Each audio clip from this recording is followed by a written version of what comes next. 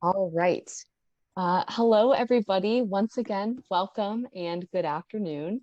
Thank you so much for joining us virtually this afternoon. My name is Hala Alawi, and on behalf of Atmosphere Press, I am so pleased to introduce you to today's author event, which is titled America, Past, Present, and Future. Featured in today's event will be three books that examine the societal structure of this country and envision in various ways the building of a better future. We will hear from Kevin Howard, reading from Onward at Last, a collection of essays and reflections on the American dream, released December 1st, 2022. Deborah Burris-Kitchen, PhD, reading from Exposed, a memoir in poetry and short stories, released January 14th, 2023, and Eric D. Oberer, reading from Courts of Law, Not Courts of Justice, a nonfiction text on the American legal system, which is coming out on April 11th, 2023. All three authors' books can be purchased both from online retailers and from select bookstores. And of course, the books can be ordered on Atmosphere Press's website at atmospherepress.com/books. And I'll go ahead and put some links in the chat so you can check those out. At the end of today's event, we will have time for any audience questions. So during the reading, if you think of any questions, definitely feel free to type it in the chat and I will make sure it gets asked. During the actual reading itself, please stay muted to keep extraneous sound at a minimum. But of course, feel free to use the chat in addition to questions, also for praise and comments. And one last note before we get started, we at Atmosphere Press appreciate your support today and always. If you have a manuscript of your own, we're always open to reading it, so feel free to submit your work to books@atmospherepress.com. Again, thank you so much for tuning in and supporting Kevin, Deborah, and Eric. Let's start off with our first reader, who is Kevin Howard. Kevin was born and raised in the Bronx, New York, and had a very happy childhood with his brother and mother. He graduated from Cardinal Spellman High School, then served 4 years of active duty in the U.S. Army as a member of NATO. Kevin attended college in Houston, Texas, and graduate school in Connecticut. His career began with a 1-year commitment as a FEMA disaster assistance loan officer, primarily assigned to the Northridge earthquake declared natural disaster. Kevin went on to build a successful career as a business banker, but found his calling in climate risk mitigation. He is happily married to Nicole and lives in a nature-preserved community on the Oregon Pacific coast. Kevin is a life learner who draws strength and inspiration from his connection with humanity and the natural environment that sustains us. Find out more at onwardatlast.com. Onward at Last provides a deep exploration into the virtues that define our lives: freedom, independence, self-interest, and competition, and asks the foundational question: what if our own defining virtues are actually the root cause of all that afflicts our society and ourselves? And now we will hear more from Kevin himself. Thank you so much, Hala. And thank you all for attending today. I'm so excited about participating in this event. Now, naturally, my voice tends to be a little low. So volume control, I'm trying to manage. I'm going to lean into it. So by any means, if I'm talking too loud or not talking loud enough, someone give me the signal and I will adjust accordingly. But let us get started.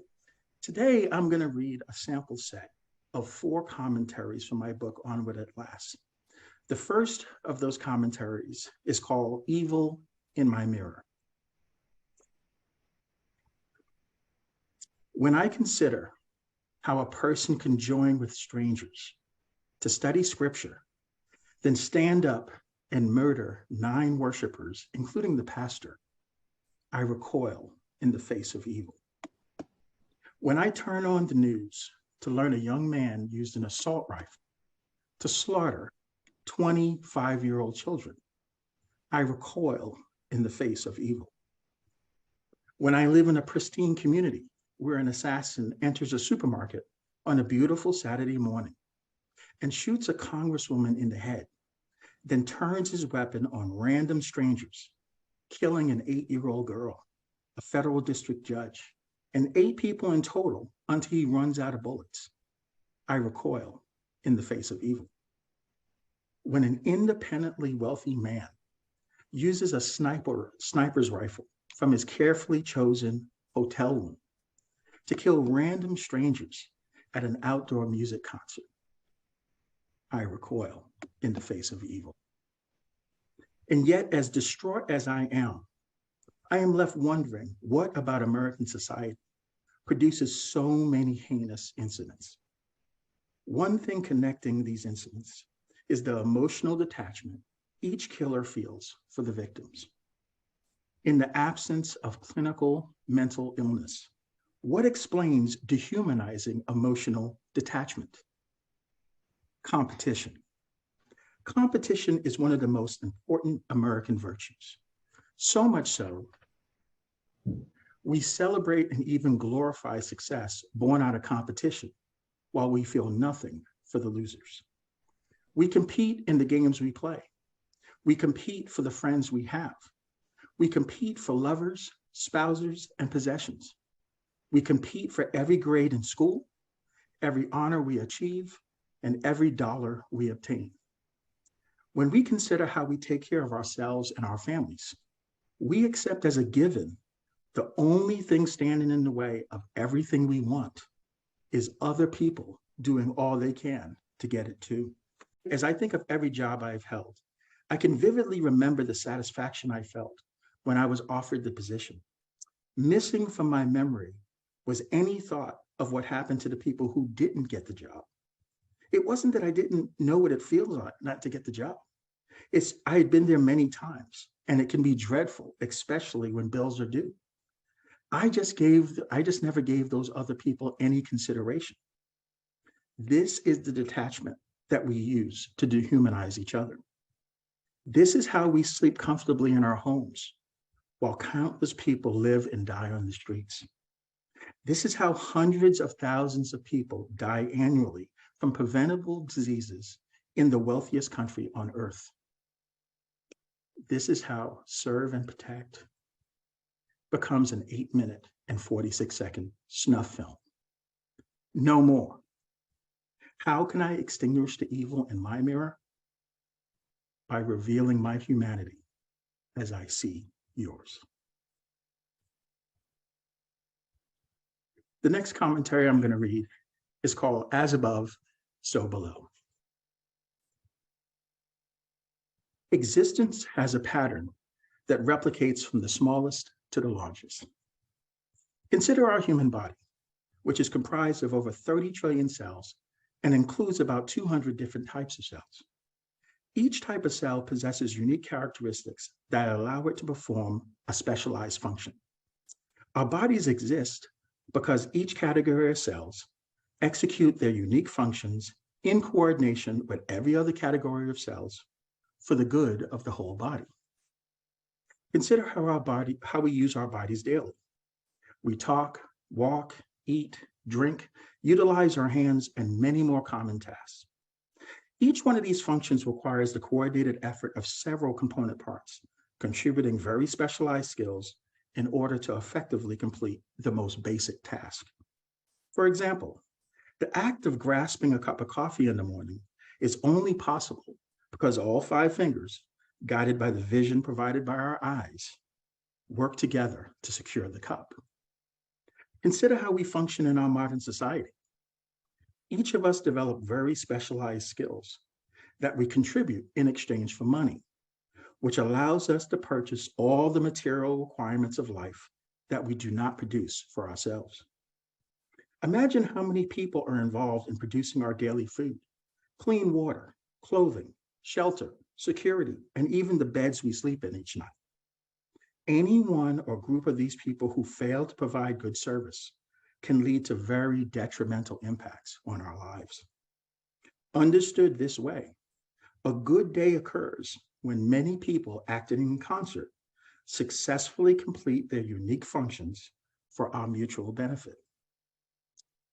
As complex a miracle as our modern societies can be, we are unable to survive without the natural environment. Sunlight, water, oxygen, atmospheric pressure, biodiversity, and many other factors all combine to create the ecosystem we need to survive. This is how we exist each day. Take note of the pattern that produces our existence. Each individual contributor, internally and externally, work in coordination to create the conditions that support our daily physical wellness. The value of each contributor is not how we compare to each other, but where we stand in relation to making our maximum contribution for the good of all. This is the virtue that eliminates our highest purpose. Yet where do we stand? We live in a society that honors independence, freedom, self-interest, and boundless individual accumulation of wealth obtained through competition. While none of us choose the family or country of our birth, we are drafted into a lifetime of competition that determines our access to information and the range of skill development. More than half of the 8 billion humans on Earth are so resource deprived that they rarely have the opportunity to reach their full potential. Even for the wealthiest 11% of humanity, living in the United States, Canada, and the European Union, significant parts of the population lose the birth lottery and are denied full access to the resources needed to reach their full potential. At what cost? Imagine the explosion of human potential, innovation, creativity, and productivity if all people were able to access the accumulation of human knowledge. Yet this immeasurable human potential is lost on the altar of competition, which is neither free nor fair. The price we pay is a profound degrading of human development. Yet we still have a choice. We can learn the lessons of how we exist. We could take note of the role each component part plays on the whole. We can acknowledge our purpose is tied to the application of our unique talents contributed for the good of all of us. We will then be free to commit our lives to serve our highest purpose. And the moment we do, we will find the fulfillment that has eluded us for so long. Third commentary I'm going to read is Death Demystified. We have been taught death is about loss. We mourn death. We cry, tear clothing, fall into despair. No more hugs. No more long conversations into the early morning light. They're gone. Yet while they were here, did we see them every day? No. And though we didn't see them or talk to them, they enriched our lives every day. How? Because our love made us one. Regardless of what life offered, we knew how they thought and what they would say. We knew they loved and supported us come what may. Knowing them made our lives better. Does death make us forget? No. Losing physical contact is a profound loss. But once we make the emotional and spiritual connection through the love we share, we never, ever lose each other. This is why we should love as many people as we can. Certainly every person who contributes to making our lives worth living. Because in the absence of genuine love, physical connection is all we share. And death truly becomes a total loss. And the final commentary I'm sharing today is the eternity within.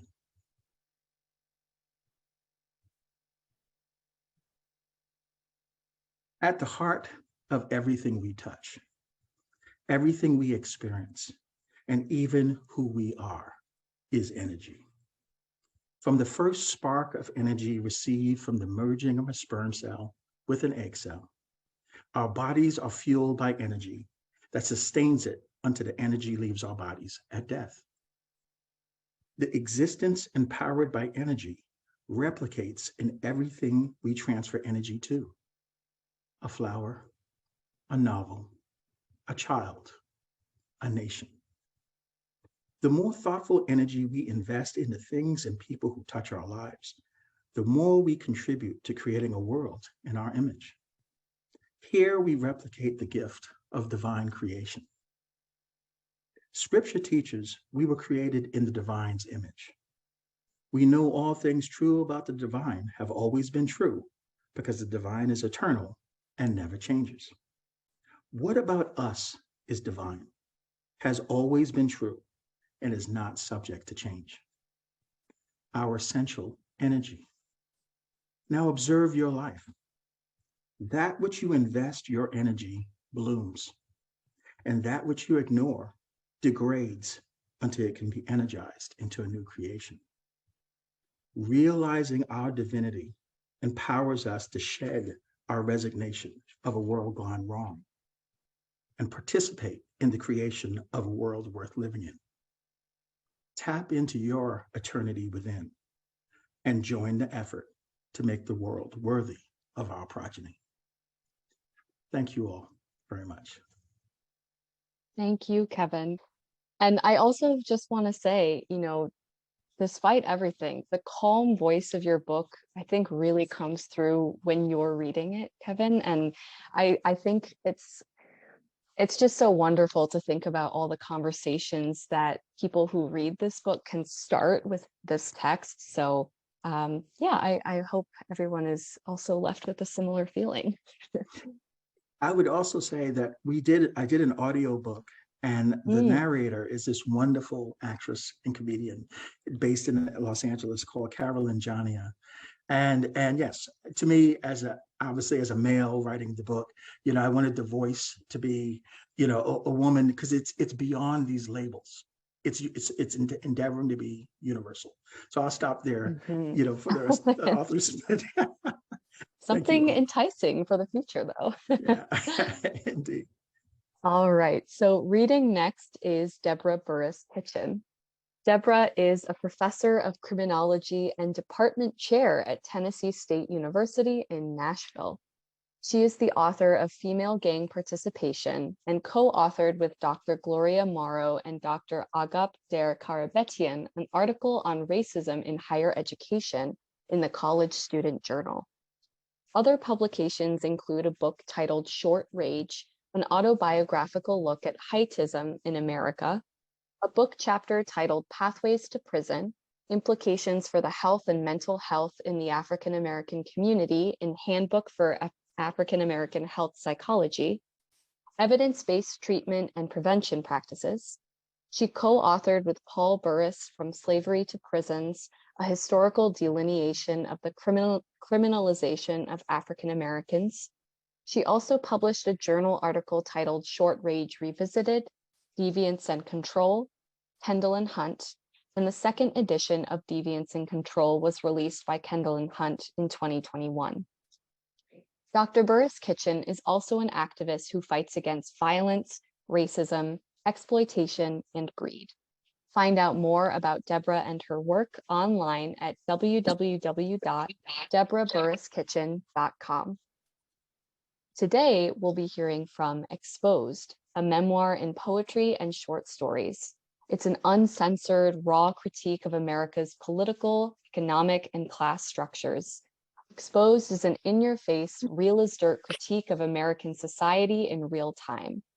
This memoir transports the reader through a journey of unfiltered versions of love and social injustice through the eyes of a sociologist. So now the stage is yours, Deborah. All right, I appreciate it. Can everyone hear me? Because yes. I've had some internet problems and was scrambling to get on my phone. So my apologies. Well, you sound crisp. Thank you. And I don't know how, I didn't have anything to set my phone up on. Okay. The first poem I'd like to read, I'm going to read 5 poems out of my book titled Exposed. And the first one is called A Myth Too Dangerous to Believe in. When I was young, I never glanced in the rearview mirror to see that death was on my ass like a coyote on a feral cat when it's time to feed. I felt a sense of immortality, but now I hold a list of names in the palm of my hands of loved ones who have passed, and it seems far too long. A piece of my heart wrenched out with every goodbye, My heart races as tears roll down my cheek. An image of their face I can no longer retrieve.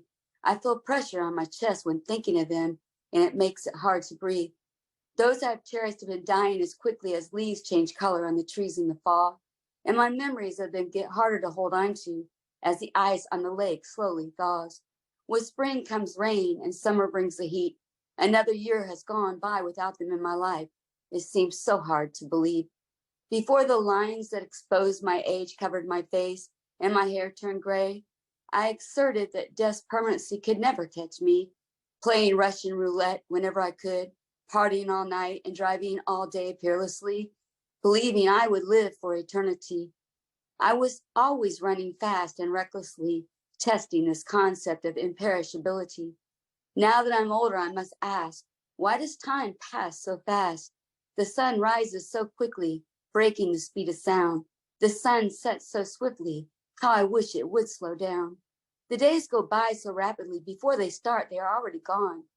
As we age, we are forced to face mortality. We must acknowledge that being surrounded by loved ones will, like a Shanghai maglev train, quickly pass. Immortality is a dangerous myth to believe. I can no longer ignore that before long, my breathless body will be buried beneath the dirt. So from this point on, I will live my life searching desperately for those moments that make me laugh. I am making sure to say I love you to friends and family every day, and taking time to gaze at the lake and watch the squirrels play, enjoying each moment and cleansing my body of toxic energy while waiting to join those in heaven who have been watching over me. And then the next one is titled Britain. I am a swan sacred to Aphrodite and Apollo. I am a chameleon shedding my old skin for new. I am artistry like a Madagascan sunset moth, scattering light off my reflective wings as I fly. I am delicate like fine crystal. Don't shatter me with your seismic wrath. I am humble. Your vile words could destroy my aura of exquisiteness. Who I am fits me like fine leather seats in an imported sports car. I am picturesque. I am love. Your hate is more venomous than an inland taipan snake. Your poison more powerful enough to kill 100 of me. You strike with potency as you are determined to control my body. I am a breathtaking portrayal of everything that enrages the transphobic, but I am resilient like an emperor penguin. I can endure Arctic temperatures at 40 below zero. I am resilient like a camel. I can survive the heat at over 140 degrees. So go ahead, freeze me with your icy stare. Set me on fire with that torch you carry, but you will never invalidate me. You bury your head in your Bible, highlighting scripture you can use to legitimize the violence you commit against me. You hide behind your cross as you persecute me. But in the end, your body will be discarded into the fiery furnace of hell. For mine is a loving God who embraces me while I fight to escape the body I have been imprisoned erroneously. Your maltreatment of me has infuriated him. Take a good look at me. I am beautiful, strong, and powerful because I walk proud and tall next to him. You will never break me. I am at peace with who I am meant to be. And then let me go to my next one, which is titled, Now That the Future Has Become the Past. I have been wearing this cape for far too long, fighting daily battles I can't win.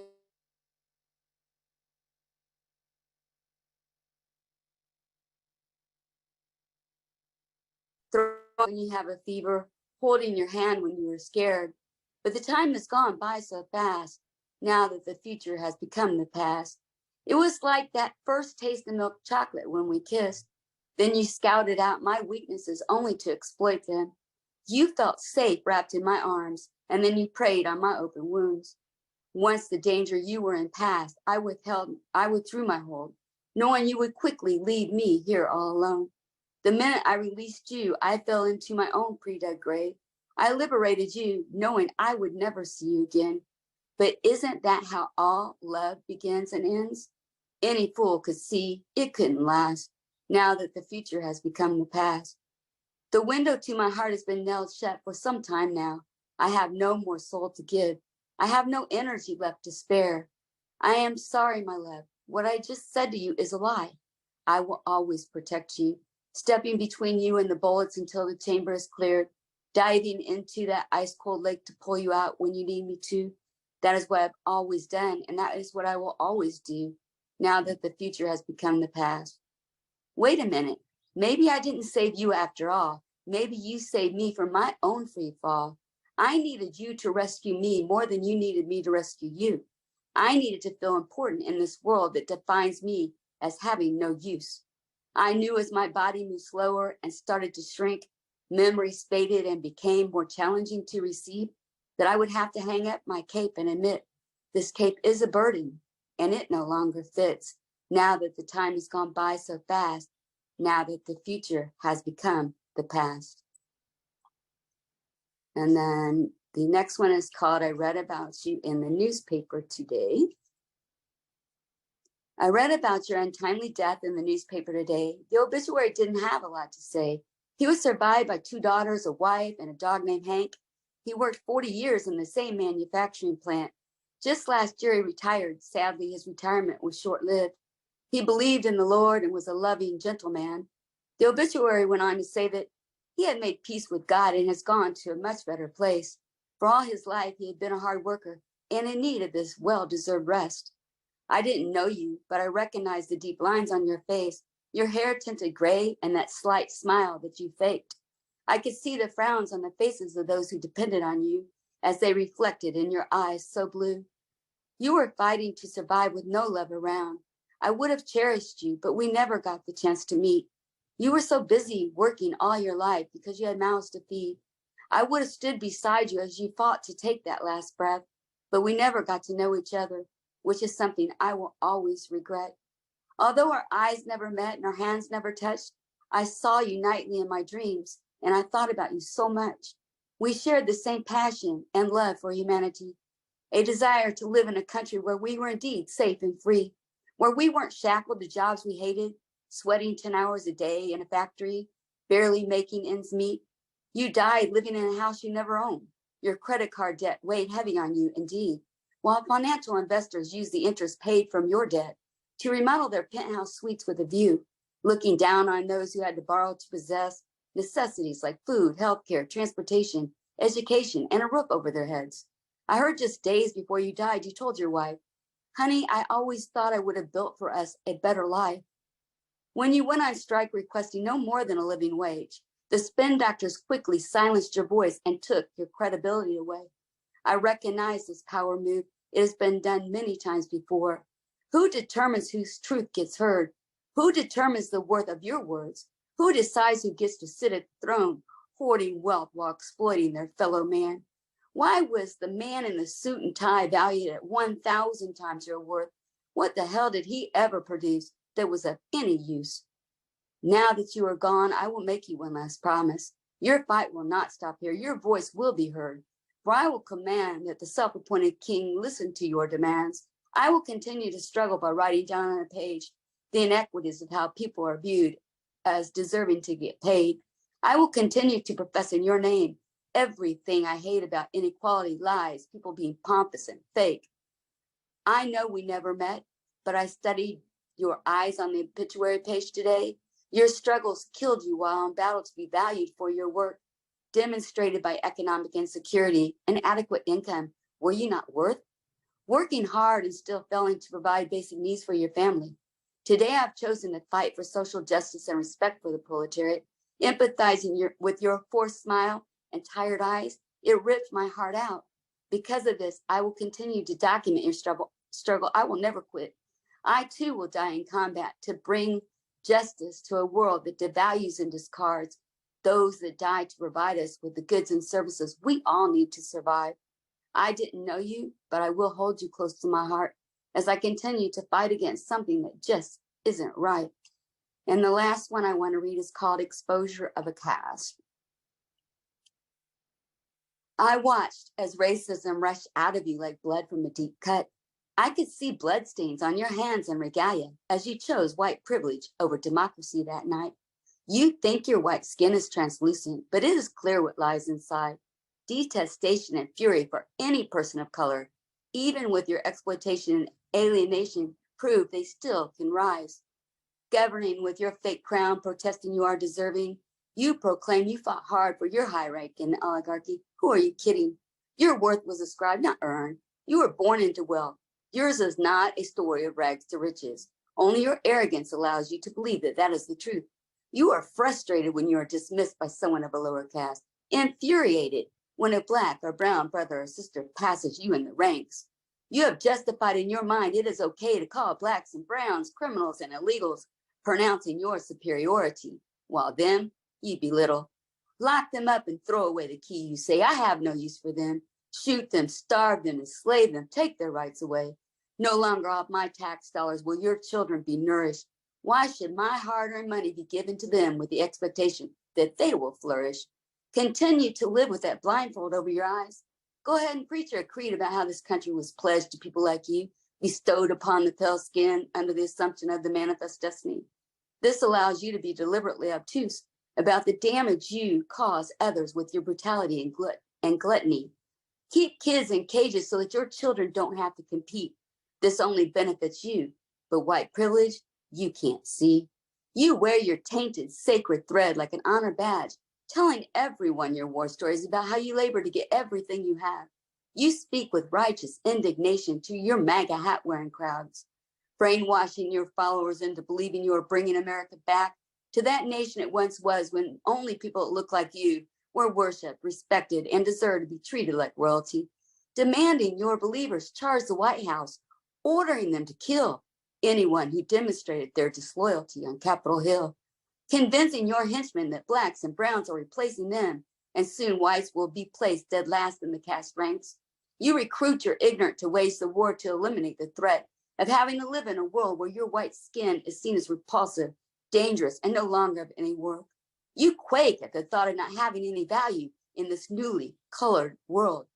You will be dethroned and forced to see that you were never worthy. I see that smirk on your face as you push that wheelbarrow of generational wealth down the street, piled so high with things you claimed you earned, while exploiting, raping, robbing, lynching, beating, and brutally murdering blacks and browns so that you can continue to keep your place of sovereignty. You are burning books so you never have to speak of the past apologetically, hoping your children and grandchildren never see the truth. But the grand finale is soon to come when you become accustomed to disregard, and your work will be devalued. Serving the regal should be done without financial reward. Your schools would be lined with police acting as Department of Correction guards, preparing you for your future in the prison yard.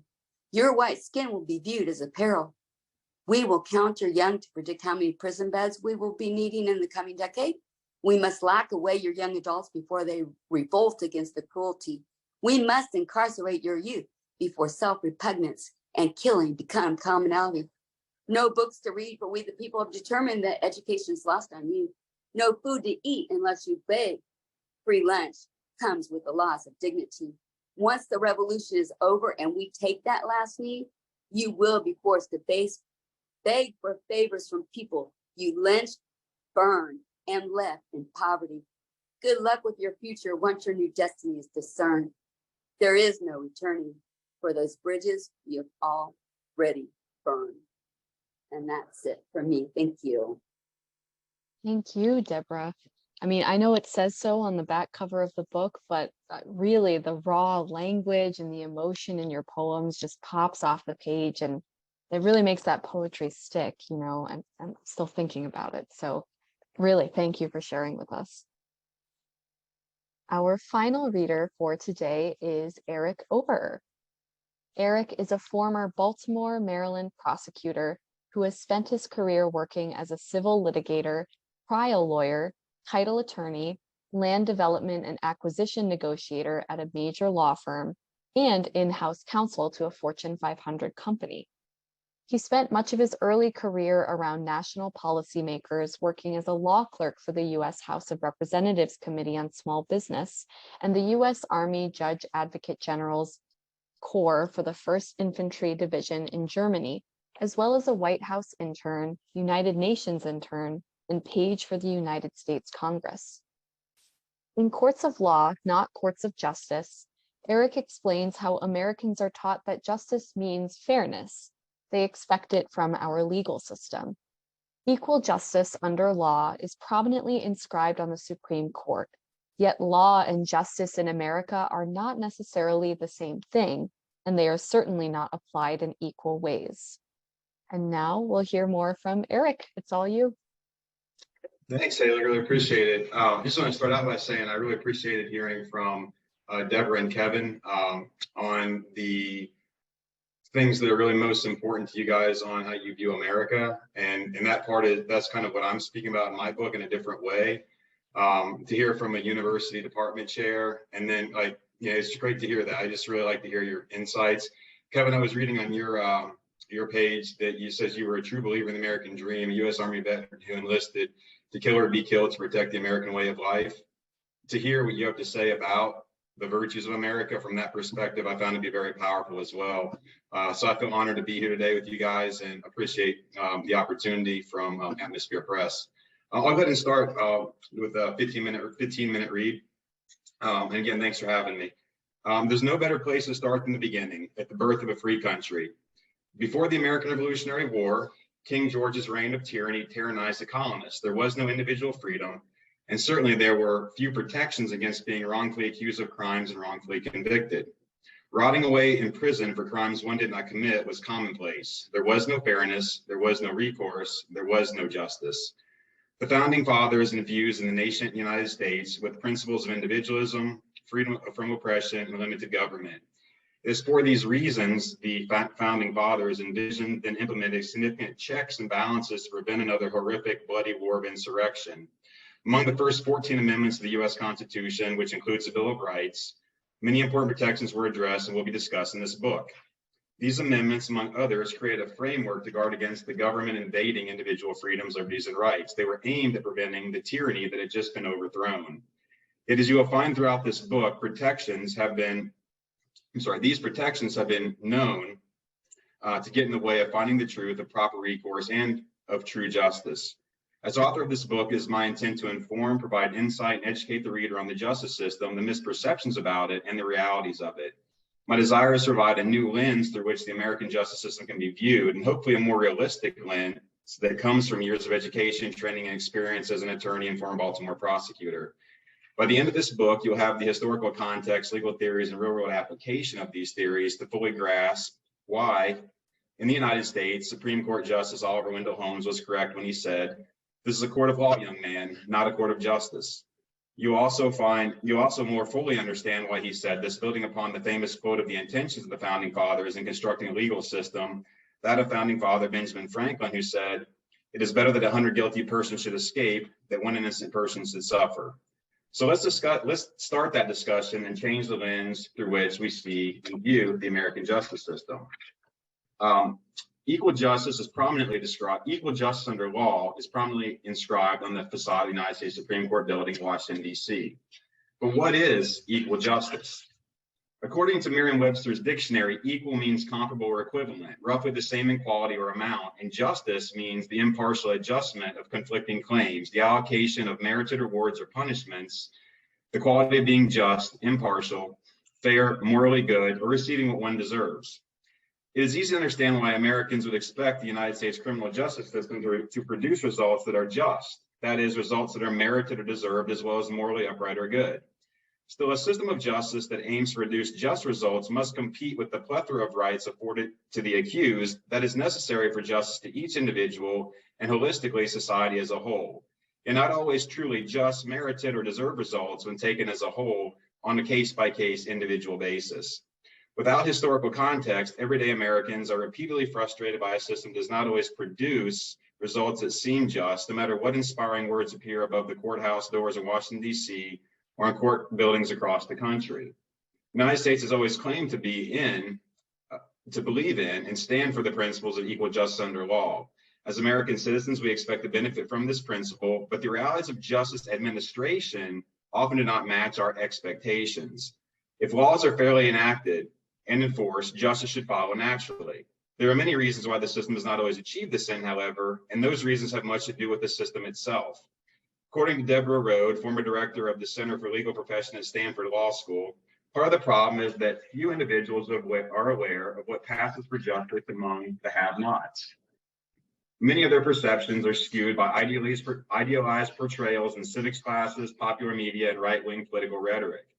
The Black Lives Matter movement brought attention to this disparity during one of the worst pandemics in American history. Millions of people saw a video of the senseless killing of an African-American man by police, and people of all races and ethnicities took to the streets around the world to protest and call for justice for George Floyd. Citizens were in search of fairness. They were in search of recourse. They were in search of justice.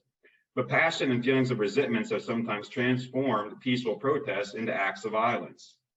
What if I told you the American justice system has never really been about justice, that the system itself is not set out to seek out justice, and it wasn't designed to find justice? In fact, our system is not equipped to find justice. The United States Constitution, federal laws, and state laws and constitutions intersect, conflict, and sometimes work in tandem to frustrate, not ensure, that justice people expect. The United States system of law was developed with a great overriding concern in mind, to protect innocent people with crimes they did not commit. Affording justice to the victims of crimes is only a secondary or even tertiary goal. Justice in and of itself is not the primary goal of a system that bears its name. As mentioned before, Benjamin Franklin wrote, "It is better that 100 guilty persons should escape than one innocent person to suffer." As one of the founding fathers, Franklin firmly embedded this concept in the nation and country's dialect. The resulting constitution requires that criminal defendants be proven guilty beyond a reasonable doubt by a jury of their peers, that trials be conducted in a speedy manner with access to effective counsel, that arrestees be Mirandized and receive due process, and that the rules of evidence be applied during trial so that evidence obtained in violation of these principles be suppressed. Even the venerable rule of stare decisis has been applied to protect the rights of the accused. The very foundation of the American justice system is desire to avoid sending an innocent person to prison. Can such a system result in what most of us consider real justice? It simply cannot, neither in theory or practice. The complexities of our criminal justice system can be traced to their beginnings in a revolution against a tyrannical government through several civil wars, the civil rights movement, encompassing developing policing practices, changes and clarification to the Constitution through case law, state and federal laws and policies, mass protests, and society's changing mores and expectations, lack of federal and state funding, inherent biases, and corruption within the system itself, and imperfect human beings, all of which will be covered in this book or some form or fashion. These events and more have helped shape our criminal justice system into what it is today. These fundamental rights directly impact the ability of the criminal justice system to mete out justice as the word is generally understood by American citizens.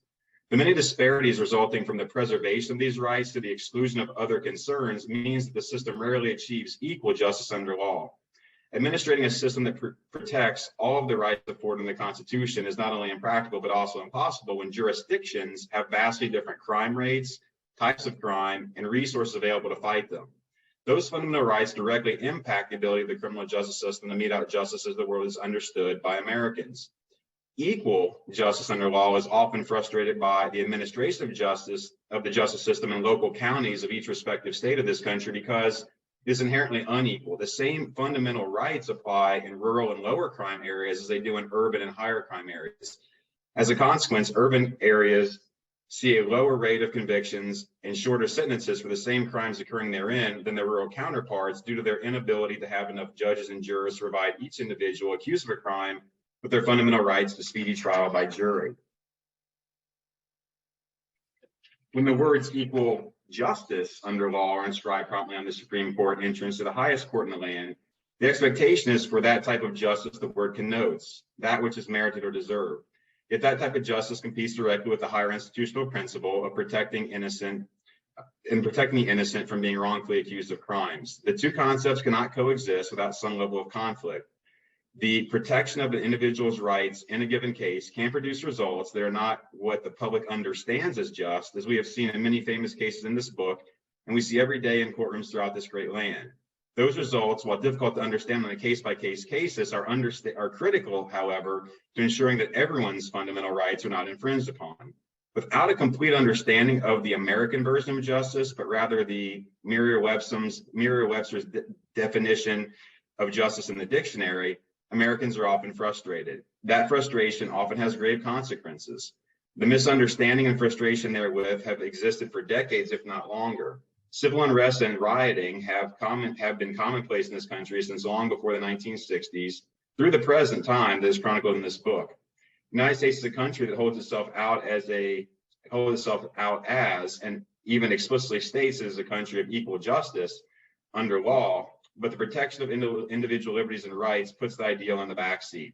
The problem is not so much with the system of criminal justice that the founding fathers set up, but rather with the understanding, or shall we say misunderstanding, of large numbers of its citizens.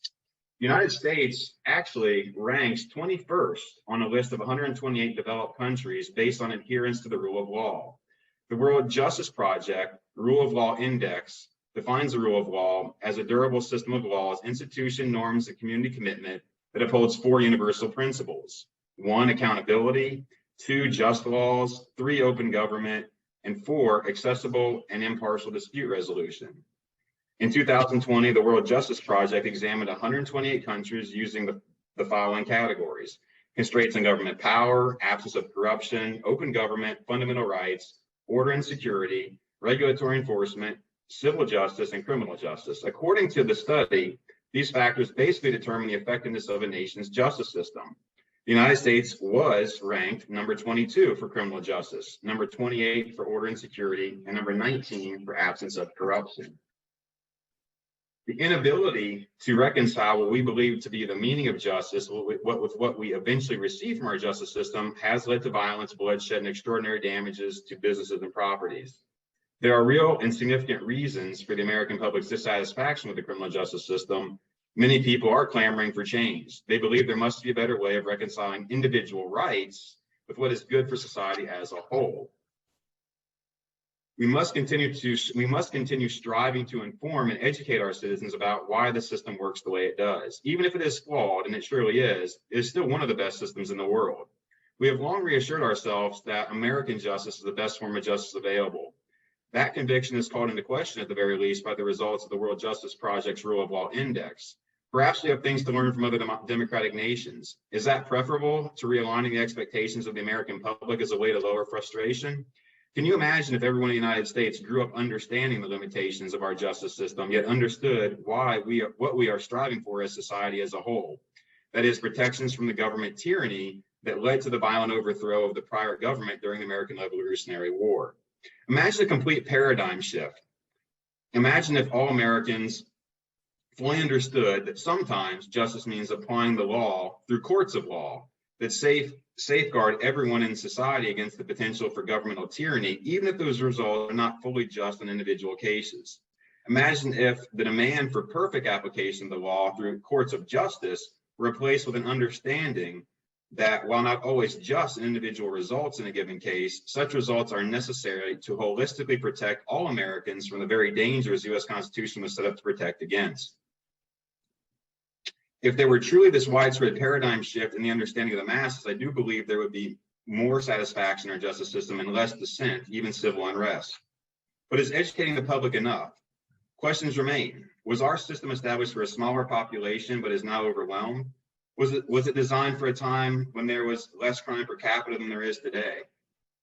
Is there a system elsewhere in the world that we could model? Would there be less retaliation crime in the United States if assailants were convicted at higher rates? There are significant historical underpinnings of American dissatisfaction and frustration with what appears to be a widely held perception of unfairness and inefficiency in the American criminal justice system. A large number of Americans are frustrated with the country's justice system and have been for decades. The concept of justice they understand, that is, merited or deserved results, often runs in direct opposite to the goal of protecting the plethora of fundamental rights of the accused, so something has to give. Maybe it has been giving for decades through widespread civil unrest and otherwise. Perhaps we should look to the other justice systems around the world that are rated higher in the rule of law. Or perhaps shifting the paradigm of the American public to understand the differences between their perceptions and the American justice system, of the American justice system, and the realities of the American justice system will be enough. Only time will tell. And that's the excerpt I have for you today. Thank you so much, Eric. I feel like there's so much sometimes intentional, sometimes unintentional muddying of really important legal and civil protocol and expectations. And it's just really refreshing to have a book like yours to help clarify things that affect all of us, really, in this country at least. So yes, thank you so much for reading this text for us today. At this point, we have about 10 minutes for our audience Q&A. So anyone in the audience or authors, if you have any questions, feel free to go ahead and type those in the chat and I will make sure they get asked. To start off our Q&A, I actually have a question from me to all three of you. I'd just love to hear what it was that inspired you to finally sit down and actually write these books. Or maybe it wasn't a specific inspiration and it sort of just happened somewhere along the way. But not to put you on the spot, but Kevin, if you want to start us off on this. Sure, sure. I had, it was a crisis moment that occurred right around, ironically, right as I entered into my 40s. I had pretty much achieved the ideal middle-class American dream. You know, I had the house and the family and the job and the money in the bank and the toys and all that. And I found it to be hollow, empty. I was miserable. And the thing is, I'd done everything I thought I was supposed to have done and realized that that's, you know, this is what I felt. So then I went down this path of, okay, if clearly what I thought, however I built my life, did not align with who I am. So I had to figure out, well, who am I, right? And so Onward at Last really is the distillation of the truth I came to realize. When I started from ground zero, not knowing who I was, because clearly I was unhappy with how I set up my life. I started with, how do I survive each day? And the profound wisdom of the fact that nothing in nature lives independently, right?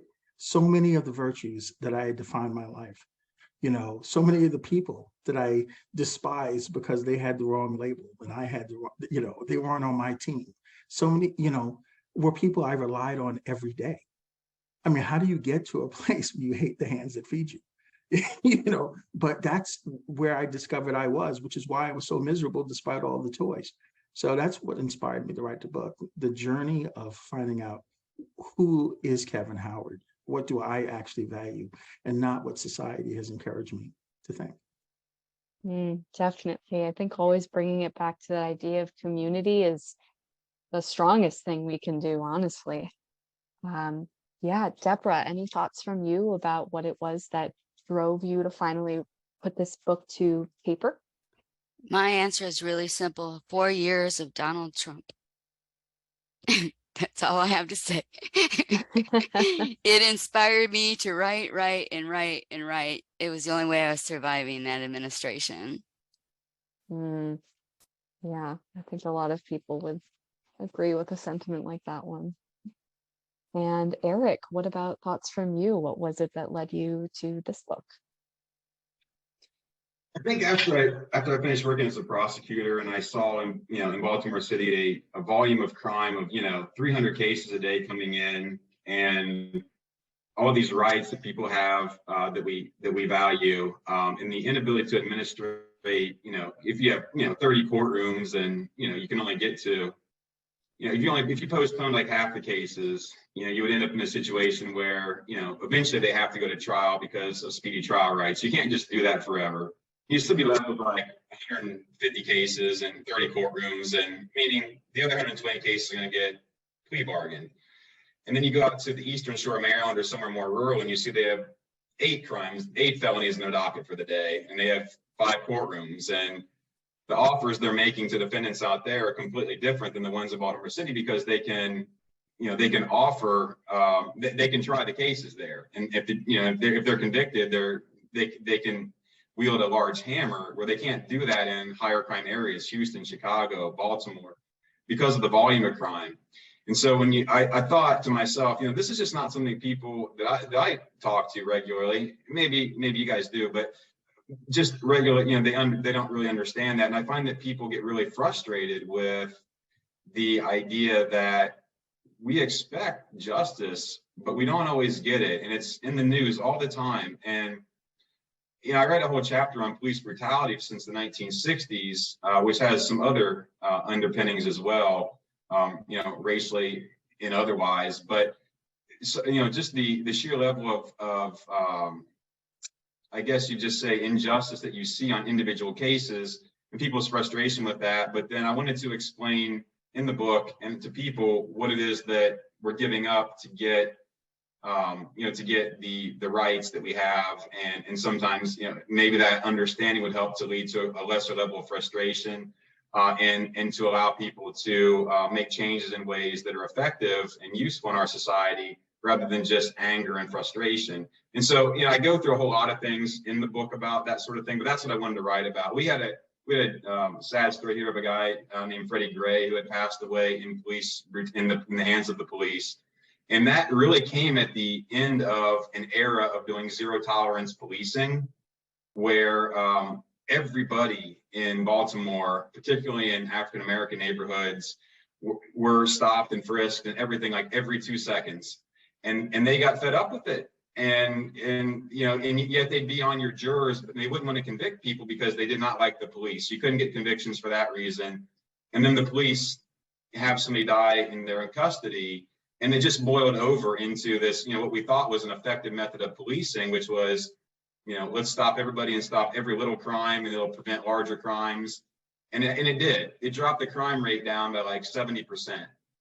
But what it didn't account for was the frustration for 20 years that would boil into complete hatred of the justice system, complete hatred of police, and ultimately rioting. And so I thought that the book I was looking to write would encapsulate all of that. So there's several chapters going into all that different things, and I don't want to spend all of your time on this, but that was what prompted me to write it, was just seeing the last 20 years and reflecting on it from my time as a prosecutor and other legal roles to try to encapsulate what I saw, to explain in a non-technical legal way, in almost layman's terms, how this works, and to try to just give people information that I think would be helpful and give them insights that might boil down the frustration. And so that's why I wrote it. Yeah, I mean, I honestly think the power of just reflection when it comes to preparing to write any book is really underrated. So, I mean, it totally makes sense that, you know, that would feed so much into the process of creating this book. We have another question. This is from Catherine. I think this is for Eric, but for any of you three, if you have ideas about this, to weigh in. Catherine says, I think there is another justice, an emotional justice to feel for Trump. Do you think that we, the people, can get justice for someone, anyone really, I think, who clearly has used the justice system for their own gaming and wins? So maybe, I said, I think Eric, I definitely wanted, I just kind of went on a little bit of a long dissertation there. I want to give Kevin and Deborah a chance to talk on that too. I know Deborah, starting off, the reasons that she wrote her book was because of having to endure Donald Trump. So, and Kevin has also reflected on the virtues of America and what we have in this country, and like the idea of scarcity and competition and how that impacts things. And I think that I kind of would like to hear from them on, I mean, I'd be happy to answer it too, but on specifically Donald Trump and the lack of justice and fairness for his conduct. I think that they would really be well suited to answer that as well. So I don't want to take, you know, I'd like to hear what you guys have to say. For sure. Especially since you mentioned the influence for you, Deborah. Do you want to kick us off on this one? Yeah, I mean, I've been a criminologist for well over 30 years, and I've done a lot of research on, you know, the rich versus the poor and the injustices in the justice system. And just his before he even got elected, saying that he could walk down the street and shoot people and never have to serve time. You know, he really understands that he would not be held accountable under our current justice system. And he probably won't ever be held accountable for some of the things he did. And even for women to vote for him, when he, you know, the things that he bragged about doing to women, you know, yeah, I mean, some of my book also talks about toxic masculinity, and I think there's some of that there too, as far as the justice system is concerned, like the male privilege, you know, specifically white male privilege. So, I mean, I'm going to let Kevin talk. I don't want to take up too much time, but. Yeah, when it comes to, I mean, Donald Trump, and I'm a native New Yorker, so you know, Donald Trump is from Queens, you know, so we knew him back then, and believe me, and didn't, you know, so I'll set aside any personal feelings of Donald Trump. The problem with vilification in our modern social discourse is that it's gotten to the point where we learn nothing from the person we hate. We act as if there's nothing to be understood there. So 70 plus million Americans voted for Donald Trump. And we've reduced those people down to racist or ignorant or stupid and stuff like that. And you know, for the first time in, you know, on that January 6th event, I mean, throughout the civil rights movement, throughout the women's rights movement, we had so many movements in this country and no one has attacked the Capitol, right? What encourages primarily white men, you know, to attack the U.S. Capitol? And we get we put it under the guise of these labels that just do not provide any insight. Okay, there has been major political and economic sea changes in this country that have broken with American history in terms of how people access the American dream. Our economics over these last 50 years, you know, in every measure you can come up with, wealth in this country has decoupled from the middle class and the working class, right? And it's creating the kind of pressure in the working class and the middle class that history has shown us leads to radicalization. I mean, this is what happened after the Treaty of Versailles in Germany. You know, that level of degradation of their economics opened them up to the National Socialists. Well, guess what has happened in America? We have so betrayed the working class, you know, through our economics, consolidated so much wealth in the top 1%, that you have the largest percentage of the American working class, white men, let's put it out on the table, right, who are engaged in deaths of despair. If you look at the U.S. mortality and morbidity report, right, for the first time in world history, outside of a world war, outside of a global pandemic, the Spanish global pandemic of 1916, 1917, 1918, right? Outside of these events, you had life expectancy for non-college educated white men between 40 and 54 decline 3 years in a row. During the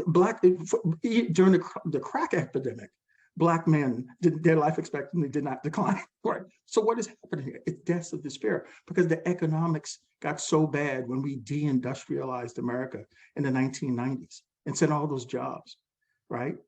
And then at the very time, you have a whole generation of white men, yes, and I'm not an apologist, I'm just saying this is the economics, who were raised to believe they're in America, and if they work hard, they're gonna be fine.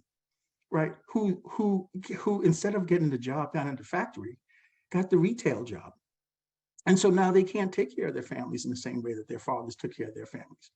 They're no longer Archie Bunker, where they could own a house and send their child to school. Now, and so what do? They drink themselves to death. They kill themselves by violent means 10 times more than anyone else. And when they go for any empathy, what do they get? They get that they're privileged. Well, okay, welcome to radicalization. So why do 70 million Americans vote for Donald Trump? It's because we have a politics in this country who has betrayed the working class and the middle class on behalf of wealth. Both political parties are involved in it. And they have tried through peaceful means to elect, someone who speaks as ugly and as ridiculous as Donald Trump is. He actually challenged the establishment on both the left and the right. He lambasted both Bush and the Clintons, right, right. And that spoke to people because those people betrayed them, okay? So if we learn nothing, if we want to talk about Donald Trump, let's get past the labels. Let's get past the clown show that he can be. And let's try to say, why did the same people who voted for Barack Obama, who would have voted for Sanders, Senator Sanders, why are they supporting Trump, right? And it's not simply because they hate me.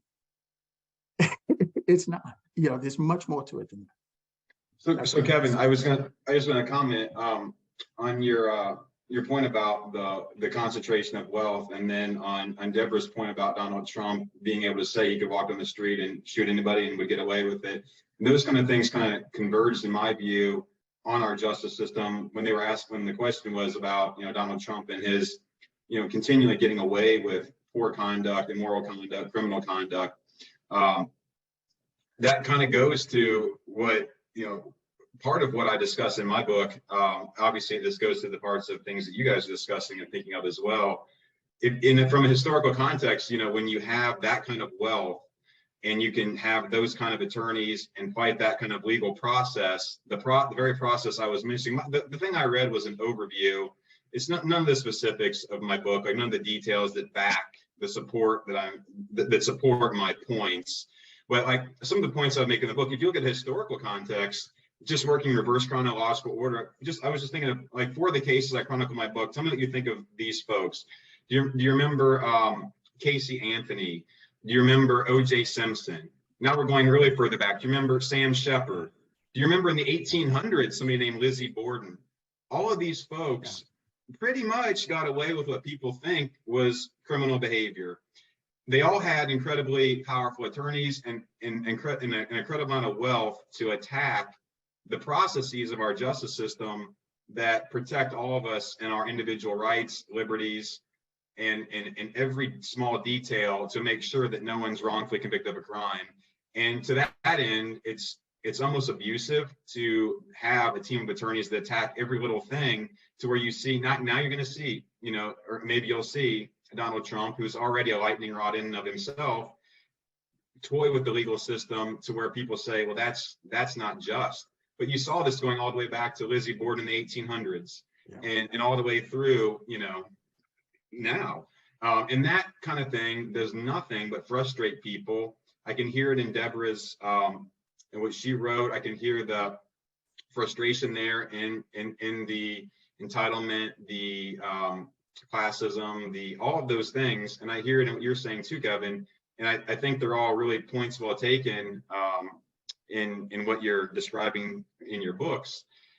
Because I think that is something that is an issue that's systematic of our system of justice, but also our system of class, our social fibers and network, and even what you're describing, Kevin, and the virtues that we hold dear as Americans, particularly some of the things you mentioned, like competition and scarcity for resources and things like that, all come to a head in something like this. So that's a really great question that the audience member asked, or whoever asked that was a great question. And it could be attacked in many different ways, but you can already see from what myself, Kevin, Deborah, you've said, we could probably talk about this for hours, and people will just, be more and more passionate about it, Yeah. And honestly, I hope this conversation does continue, whether it's with all of us or all of us here is continuing it with people outside of this event. So, but really what this all comes down to, there is such intelligence and empathy and a really fascinating amount of nuance in all 3 of your books. And I really just want to say again, thank you so much to Kevin, to Deborah, and to Eric, all 3 of you, for being here with us today and for really engaging with these questions and sharing your words with us. So thank you, of course. And thank you to everyone in the audience for supporting these writers and also engaging with your questions and comments in the chat.